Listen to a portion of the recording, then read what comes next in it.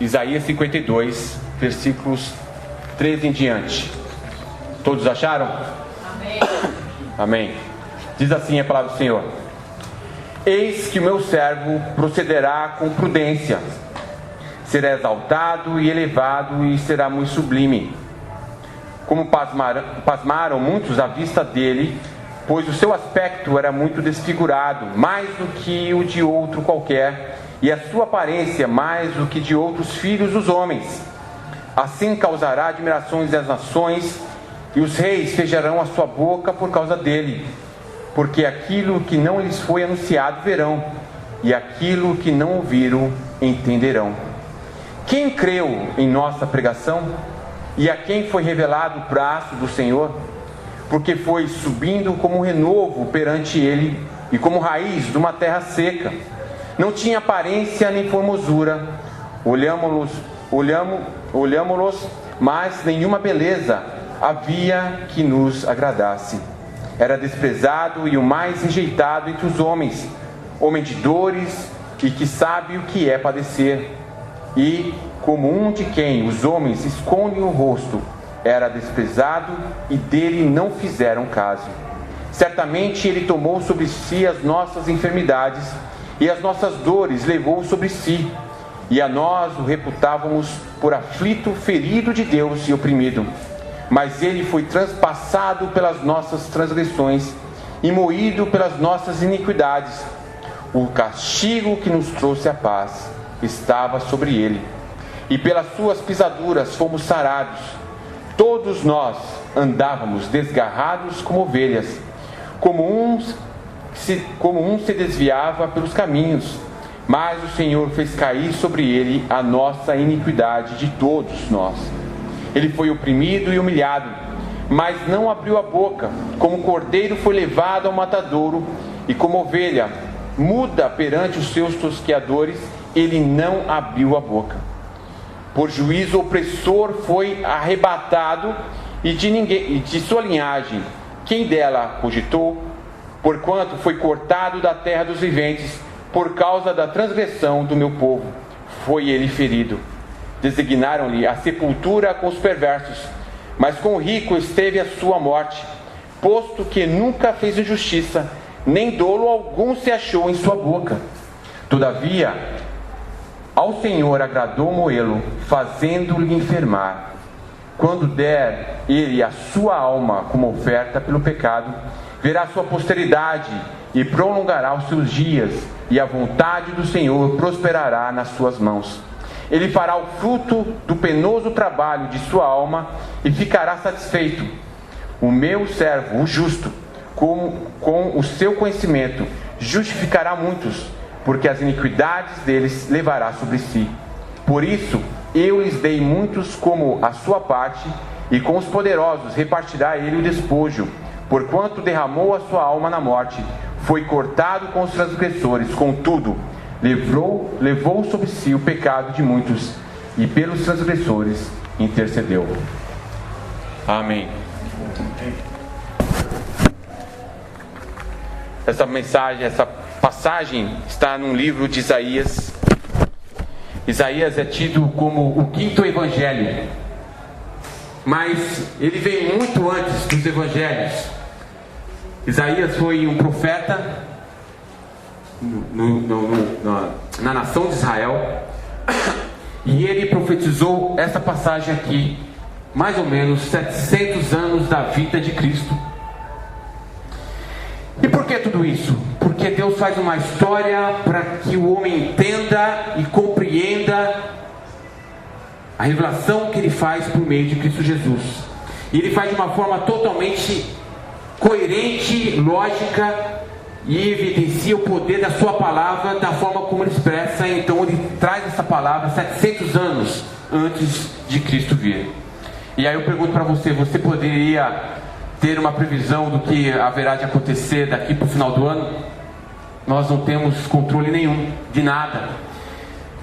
E então essa passagem mostra o poder de Deus na sua palavra, de predizer 700 anos a respeito de Cristo, de forma detalhada, a sua morte vicária, substitutiva, que haveria de cumprir na cruz.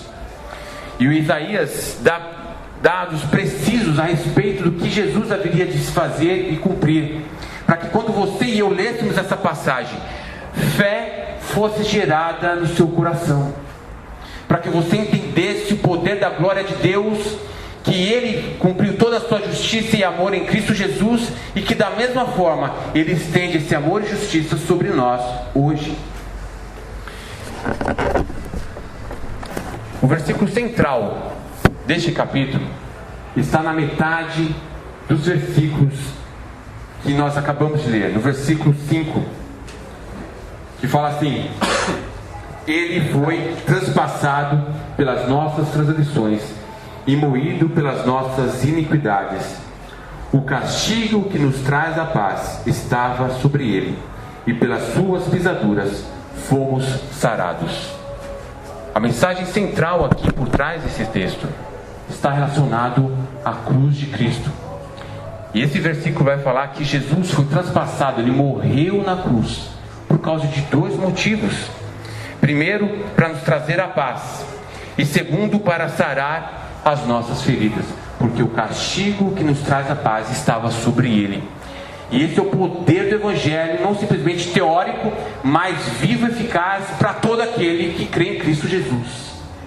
E nós vamos explanar aqui esses versículos, para que você entenda o chamamento de Deus, a obra de Deus, de como Ele se revela para o homem, para mim, para você, e Ele se revela para todas as nações, de tal forma que está nítido o seu poder e glória, mas como que as nações, os homens respondem a isso. E nós vamos ver aqui com alguns detalhes a respeito da glória de Deus manifesta para mim, para você e para todo mundo, e o que isso implica de fato na sua vida hoje e eternamente. No primeiro versículo 52:13 fala assim: Eis que o meu servo procederá com prudência, ele será exaltado e elevado, e será muito sublime. Aqui é a palavra de Deus dizendo a respeito do seu próprio Filho, a segunda pessoa da Trindade.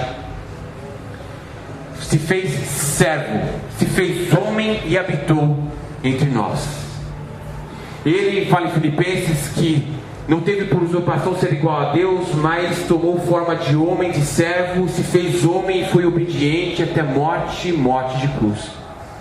Ele viveu nessa terra e veio servir o propósito eterno de Deus como homem, completamente homem, completamente Deus entre nós. Por isso Emmanuel, Deus conosco, habitou entre nós. Mas ele também foi elevado ao mais sublime, porque após a morte de Cristo, todo o poder foi dado a Cristo Jesus. Nos céus, na terra, debaixo da terra, todos estão debaixo da autoridade de Cristo, e Ele reina. O fato é que nós olhamos e nós dizemos: não, nós temos o governo Bolsonaro, temos lá o Trump. A gente olha com as vistas como se Cristo não estivesse reinando, mas Ele reina, Ele governa nações de acordo com o seu propósito.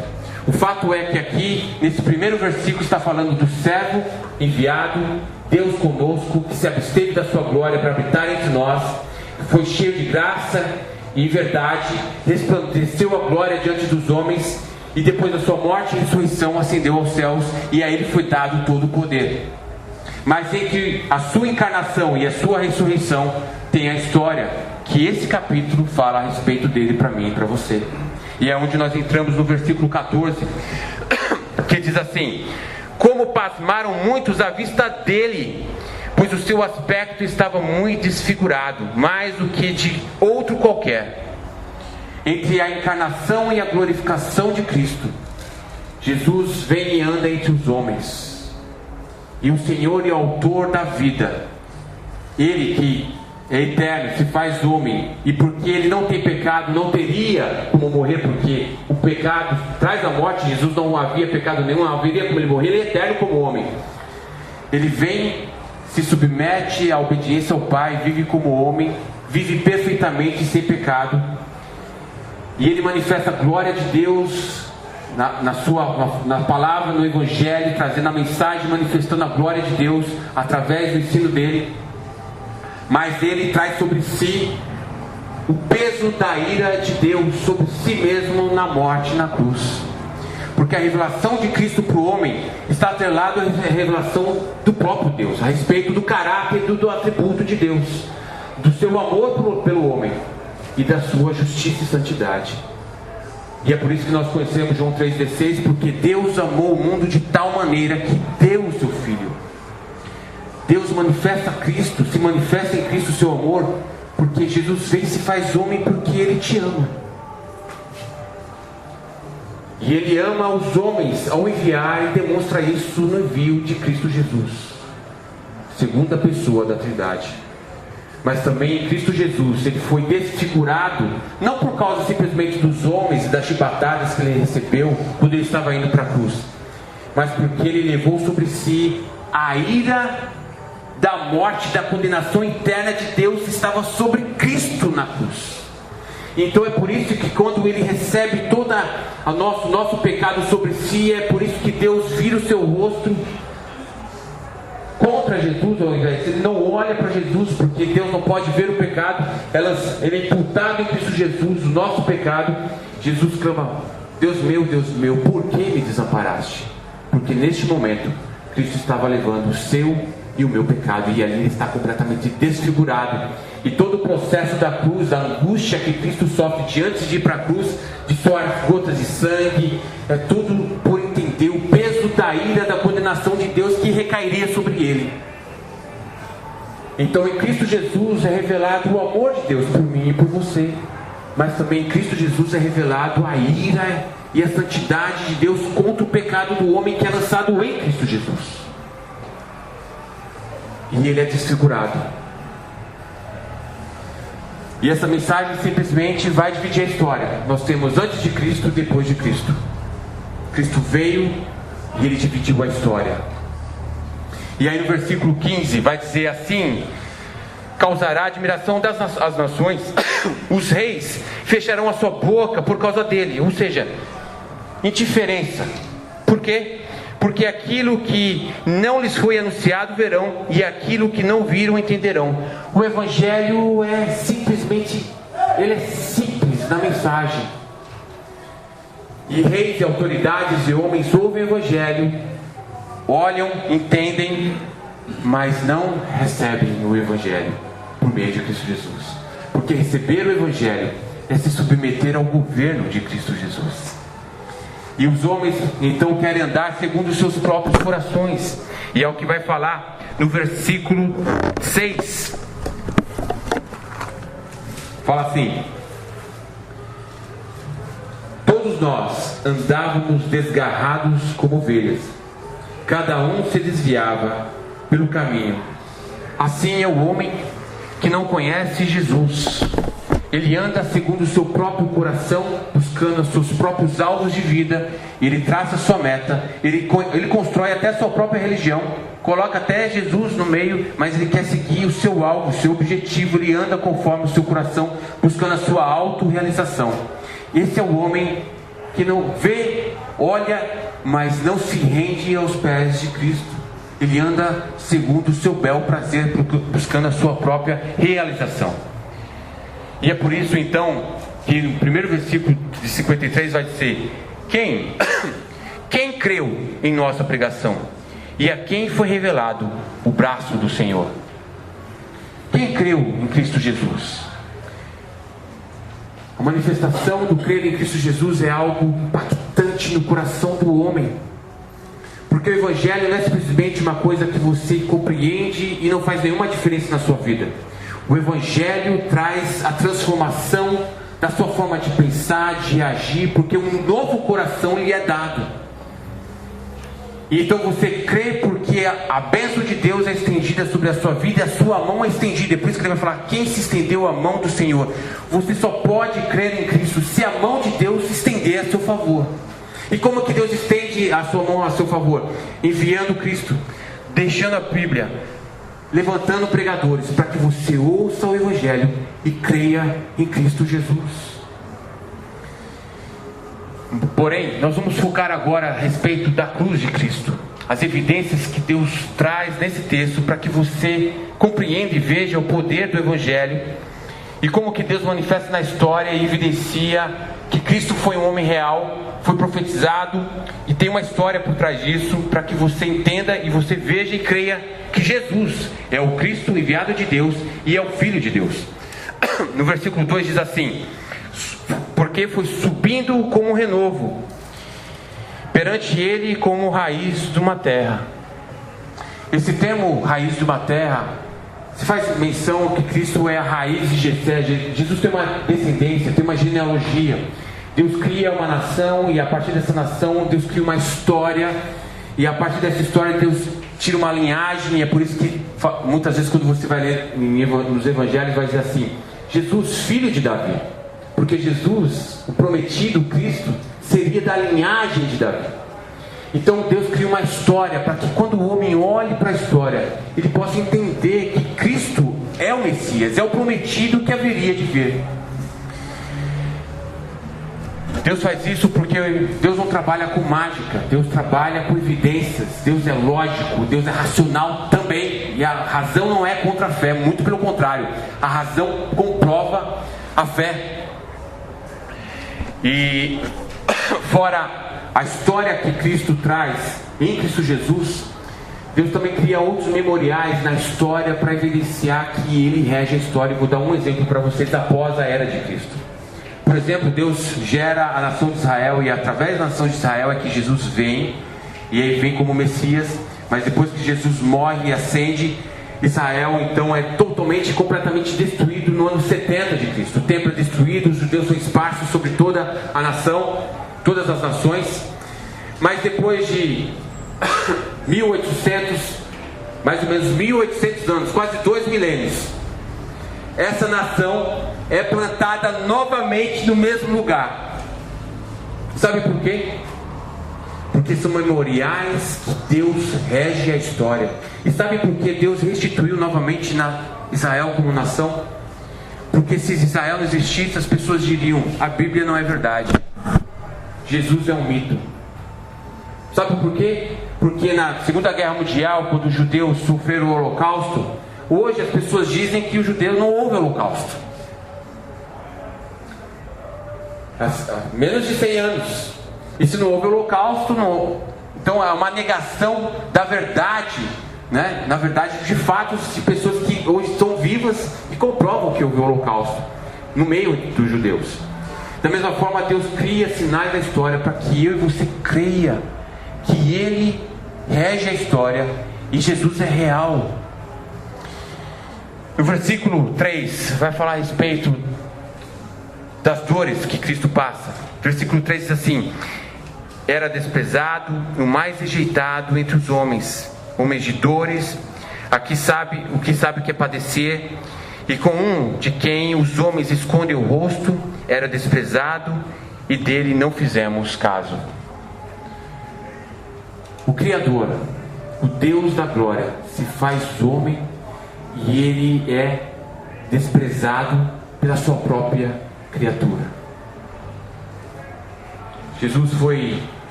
Quando Jesus estava na cruz, as pessoas: você não é o Cristo? Salvou a tantos, não pode salvar a ti mesmo? Cuspiram em Jesus, colocaram coroa de espinho, fizeram todo tipo de zombaria, e a qualquer momento Jesus poderia descer da cruz e acabar com tudo. Mas o fato é que ele não desceu. Por quê? Porque Deus ama o homem. E que essa mensagem hoje é para você e para mim, porque Ele trouxe sobre si toda a nossa vergonha sobre si mesmo, sendo o próprio Deus. E hoje a gente olha para nós, e todo tipo de evangelho hoje centrado no homem é: você é coitadinho, você precisa de uma ajuda, como se você fosse o centro da sua vida. Mas isso não é o evangelho, porque você não é vítima. E por mais que você esteja sofrendo, Jesus foi de fato a única pessoa que sofreu aquilo que é insuportável, que é a ira de Deus. E sendo como Deus, Ele suportou todo tipo de desprezo por causa do amor por você e por mim. No versículo 4 em diante, vai dar detalhes a respeito da cruz de Cristo. Ele fala assim no versículo 4: certamente tomou sobre si as nossas enfermidades, as nossas dores levou sobre si. e nós o reputávamos por aflito e ferido de Deus e oprimido. Nesse versículo 4, está falando a imputação do que Cristo levou sobre si. Jesus levou sobre si as nossas iniquidades e do estado da nossa natureza. Todo homem, essa enfermidade, dores que está sendo falado nesse versículo, está relacionado à essência do coração do homem. Quem nós somos? O homem sem Cristo, sem Deus, ele é trevas, e todas as consequências das trevas dos nossos corações vão se refletir nos nossos relacionamentos, na forma como a gente fala, na nossa vida, e tudo que a gente coloca a mão vai ter dor e aflição por causa do estado do nosso coração. E essa é a primeira transformação que Jesus faz. Ele leva as nossas iniquidades para que o nosso coração, as nossas dores, as enfermidades que estão relacionadas à nossa alma seja curado. Mas o versículo 5 fala também outra coisa a mais. Ele fala assim: mas ele foi transpassado pelas nossas transgressões. Ou seja, Jesus também sofreu o peso das nossas atitudes, das nossas transgressões. Ele não somente leva sobre si a culpa do estado do nosso coração, mas ele leva sobre si também a culpa das nossas atitudes de transgressão e rebeldia ao nosso Criador.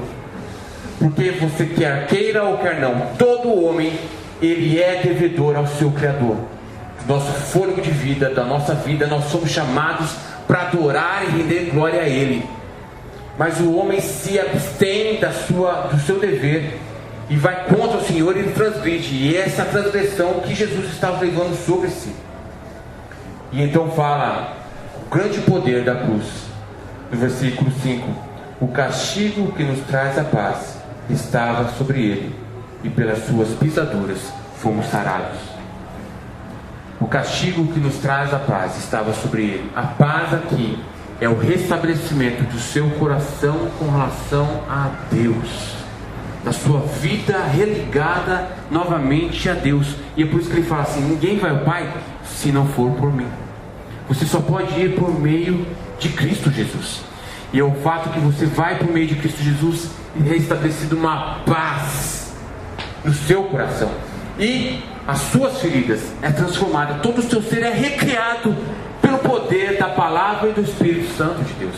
Esse é o poder do Evangelho. Você tem uma nova identidade, a identidade de filho, uma nova mente, um novo coração e o Espírito Santo que é derramado sobre você para um relacionamento com Deus. Isso é o poder do Evangelho. E isso só pode ser uma realidade hoje porque Cristo levou sobre si a sua e a minha transgressão. Só que não é simplesmente uma coisa muito simples, porque fala no versículo 8, fala assim: porque por juízo opressor ele foi arrebatado, e de sua linhagem quem dela cogitará? É a menção do peso da ira de Deus que foi manifestado em Cristo Jesus. Tudo o peso da ira de Deus em Cristo Jesus, para que hoje eu e você pudéssemos ter a paz e a restauração do nosso coração. Mas o fato é também que Jesus, ele não teve pecado algum, é o que vai falar no versículo 9. Designaram-lhe a sepultura com os perversos, mas com o rico esteve na sua morte. Aqui é a menção quando José de Arimateia pede a Pilatos o corpo de Jesus, e Jesus é enterrado num sepulcro de um rico, né? Isso aqui é mais uma prova do que estava sendo dito aqui e se cumpriu em Cristo Jesus. E também no final do versículo vai dizer que, posto que nunca fez injustiça, nem dolo algum se achou em sua boca. Por isso que quando Jesus vem, João Batista olha para Jesus e fala assim: eis o Cordeiro que tira o pecado do mundo.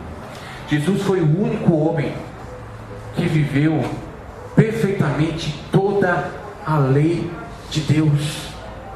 Ele levou sobre si a culpa do nosso pecado que nos levaria à condenação eterna, para que hoje eu e você, crendo no sacrifício dele, tenhamos então a nossa paz com Deus e a restauração do nosso coração nos méritos do que Cristo fez.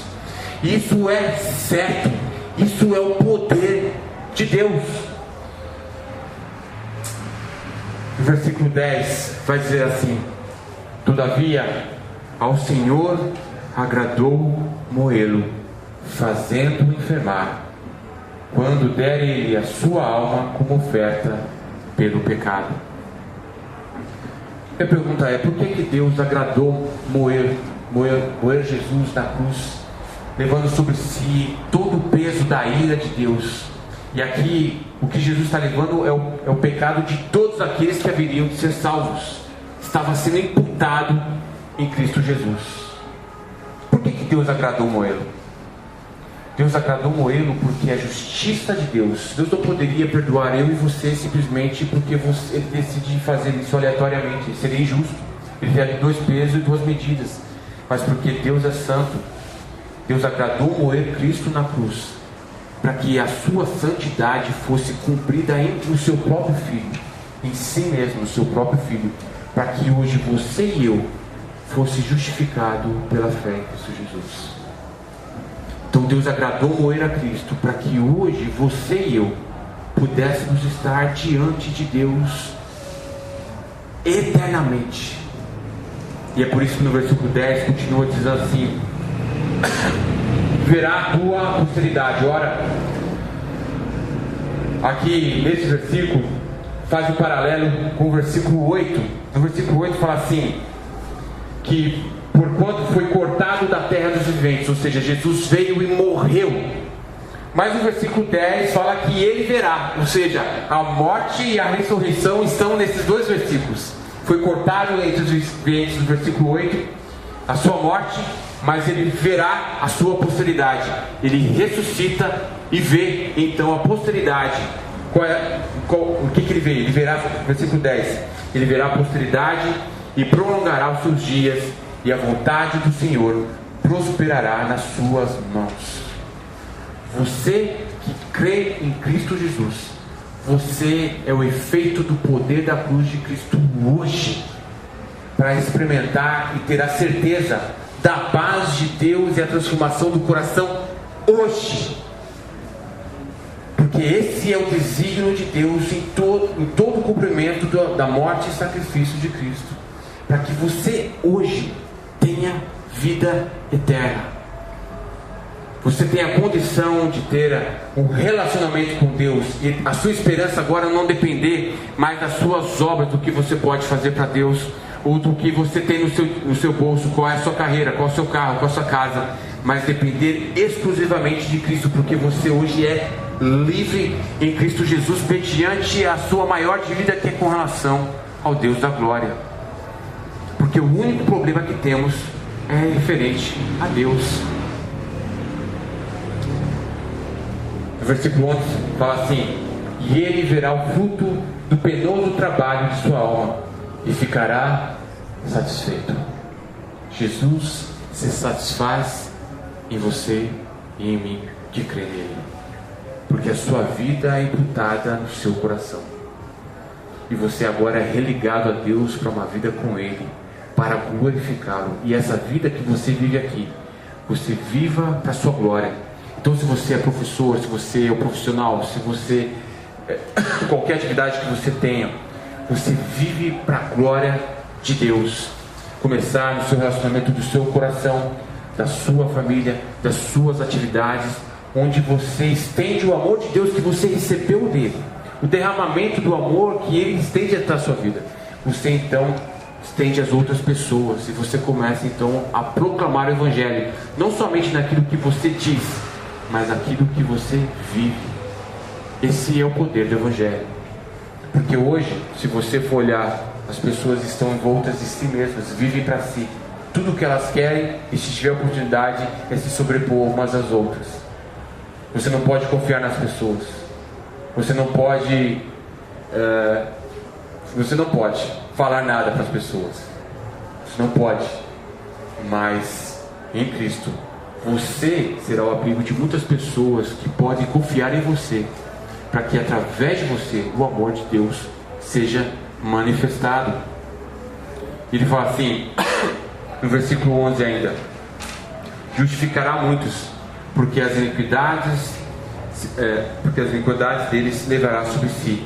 Versículo 12: por isso eu lhes dei muitos como a sua parte, e com os poderosos repartirá dele o despojo, porquanto derramou a sua alma na morte. Foi contado com os transgressores, contudo, levou sobre si o pecado de muitos e as transgressões, e os transgressores intercedeu.